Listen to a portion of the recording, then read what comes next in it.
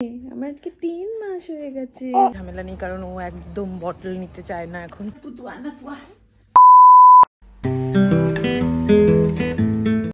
Hello and welcome back to my channel blog with Manisha and good morning. তো আজকে সকাল সকাল এই যে আমার কাছে আছে বার্থডে বয় আমার।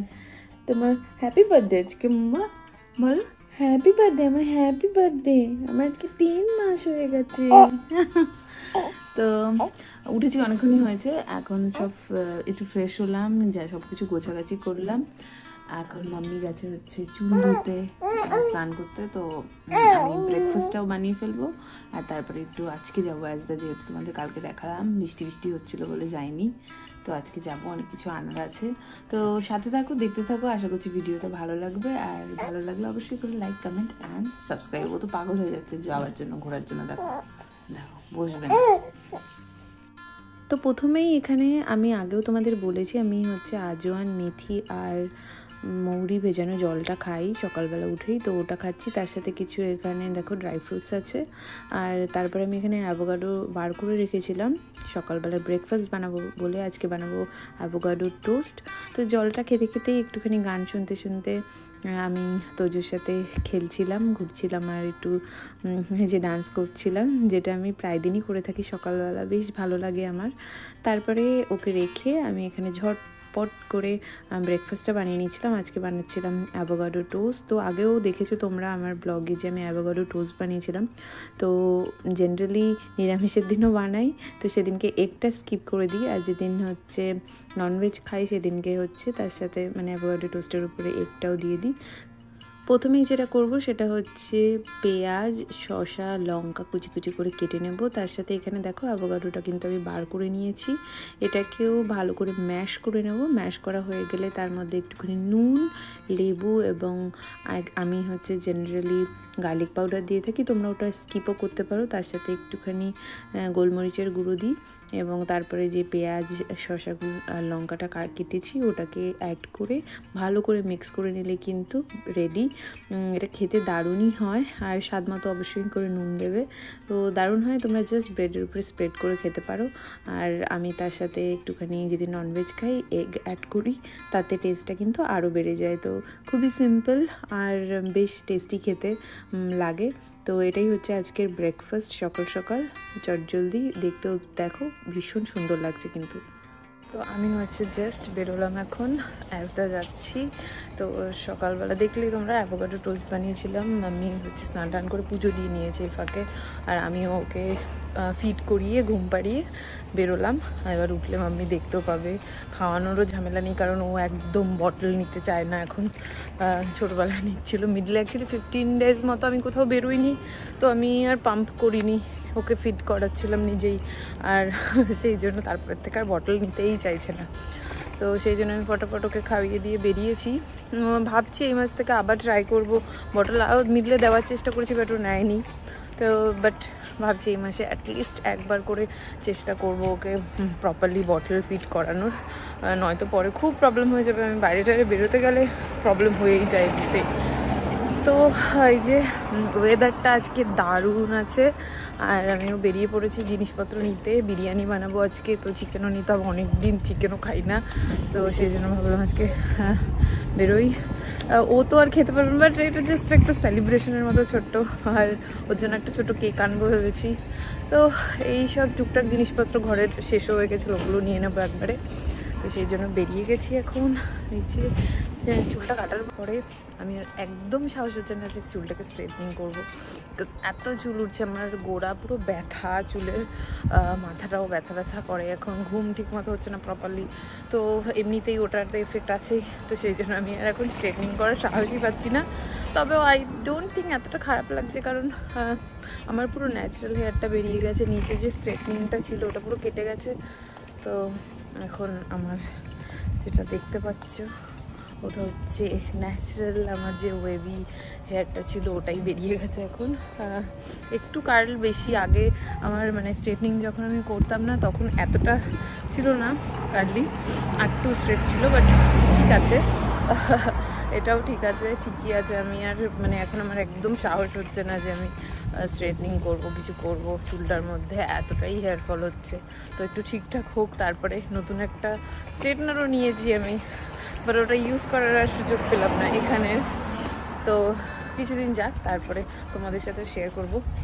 তো আই ডোন্ট থিঙ্ক এতটা খারাপ লাগছে, বাট আমি চুলটা কেটে দিলাম বিকজ এত হেয়ার ফল বাবা। যাই হোক, তো চলো যাই, যা যা নেওয়ার আছে তাড়াতাড়ি করে ঝটপট করে নিয়ে আসি।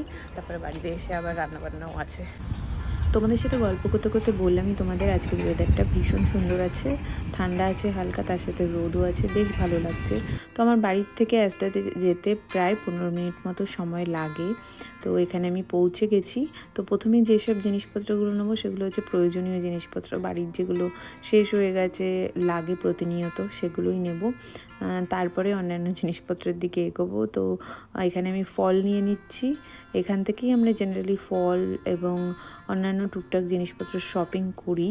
আর সবজি বাজার এবং মুদি বাজার যেটা করি সেটা হচ্ছে বাংলাদেশি মার্কেট থেকে করি, এবং এখানে একটা ইন্ডিয়ান স্টোরও আছে কোয়ালিটি ফুড বলে, তো সেখান থেকে নিই। তাছাড়া যে নর্মাল প্রয়োজনীয় জিনিসপত্র, ফল, পেঁয়াজ, আলু, অ্যাভোকাডো, এগুলো সব কিন্তু অ্যাজডা থেকেই নিয়ে থাকি। তো আজকে যেমনটা তোমাদের বললাম, পুজোর 3 মাস কমপ্লিট উপলক্ষে একটা কেকও নেব। তো আমি এখান থেকেই নিয়ে নিচ্ছি একটা আইসক্রিম কেক, যেটা আমার খুব সস্তাও হবে আর মানে থাকবেও অনেকক্ষণ, খেতেও বেশ ভালোই হয়। আর এই যে দেখতে পাচ্ছ কত রকমের ফ্লেভার এখানে পাওয়া যায়। আর যেহেতু ও তো খাবে না, আমি আর মাম্মি আছি বাড়িতে, তেমন আর কেউ নেই, তো ছোটো একটা কেক নিয়ে নেবো, এখান থেকেই নিচ্ছি। তো তার সাথে এই যে দেখো এই আইসক্রিমগুলো নিলাম, এটা বেশ খেতে প্রায় ম্যাগনামের মতো একদমই, তো ওটাই। তারপরে এখানে আমি তোজোর জন্য জামা কাপড় নিয়ে নিচ্ছি।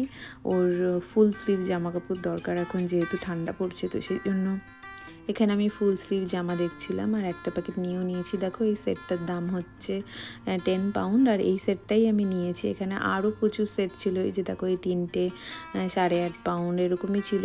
যেহেতু বাড়িতে পড়ার, সেই জন্য আমি আর অত ফ্যান্সি কিছু নিইনি, একদম সিম্পল 5টা সেট নিয়ে নিয়েছি, যাতে ও বাড়িতে সবসময় পরতে পারে। বাচ্চা মানুষের জামা এমনিতেই খুব তাড়াতাড়ি ছোট হয়ে যায় এই টাইম, যেহেতু ওর গ্রোথের টাইম।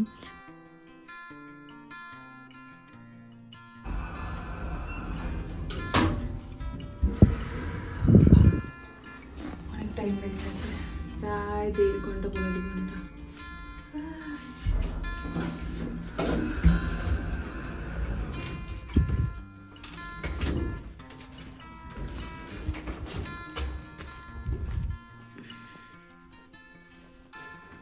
পেঁয়াজ কেটে পুরো চোখটা লাল হয়ে গেছে, বাট যেটা দেখানো সেটা হচ্ছে এসে অনেক লেট হয়ে গেছিলো, তো আমি তাড়াহুড়ো করে সব কিছু করছি। এসে আবার ফিডও করানো ছিল তো চোখে, তো অনেকটা টাইম লেগে গেছে। তো দেখাই কতটুকু রেডি হয়েছে এখন। তো এখানে কিন্তু সব কিছু রেডি, ভাতটা বসাবো, আর চিকেনটা আজকে আমি প্রেশার কুকারেই করছি, যেহেতু খুব দেরি হয়ে গেছিলো, তো ঝটপট করে করার জন্য এসে চিকেনটা তাড়াতাড়ি ম্যারিনেট করে আমি সব বসিয়ে দিয়েছি প্রেশার কুকারে। তাছাড়া এখানে দেখো আমি মশলাটাও বানিয়েছি বিরিয়ানি, যে রোস্ট করে নিজে। আর তাছাড়া এখানে সব পেঁয়াজ কাটা আছে বারিস্তার জন্য, সব রেডি হয়ে গেছে। তো প্রায় 1 ঘন্টা 15-20 মিনিটে আমি কিন্তু বিরিয়ানিটা বানিয়ে ফেলেছিলাম, বেশ টেস্টি হয়েছিল, একদম কলকাতা স্টাইলের বিরিয়ানি। আমি এত তাড়াতাড়ি বানিয়ে ফেলবো আমি নিজেও ভাবতে পারিনি, তবে যেহেতু চিকেনটাকে প্রেশার কুকারে বানিয়ে নিয়েছিলাম তাই তাড়াতাড়ি হয়ে গেছে। খাওয়া দাওয়ার পরে আমি তোজোকে নিয়ে একটু গল্প করছিলাম, তখন মাম্মি আমাকে বলছিল যে বিরিয়ানিটা এতটাই ভালো হয়েছে যে মাম্মি বেশি নিয়ে ফেলেছে, তো বেশি খাওয়া হয়ে গেছে এখানে, সেটাই গল্প করছিল। আমিও তোজোর সাথে সারা দিন পরে যেহেতু ওকে নিয়েছিলাম, তো আমিও ওর সাথে একটুখানি গল্প করতে ব্যস্ত ছিলাম এখানে। ওকে খাইয়ে দাওয়ি তারপরে আমি এখানে ঘুম পাড়িয়ে দিয়েছিলাম। এই সারাদিন পরে মাম্মা এমন ঘুম দিয়েছিল যে রাত্রেবেলা প্রায় দেরি করে উঠেছিল 10টা নাগাদ। তো তখনই আমরা কেকটা কাটিং করেছি। তো অনেকটাই লেট হয়ে গেছিলো, তাই এখানে আর আমি বেশি ভিডিও করিনি। ওকে দিয়ে কেকটা কাটিয়ে আমরা চটজলদি ওকে ঘুম পাড়িয়ে দিয়েছিলাম। তো এই ছিল আজকের ভিডিওটা ভালো লাগলে কিন্তু অবশ্যই করে লাইক, কমেন্ট আর সাবস্ক্রাইব করতে হবে। দেখা হবে নেক্সট ভিডিওতে। Till then tata, bye and take care. Birthday बाबू, इधर देखो बाबू, हैप्पी बर्थडे टू यू। हो गया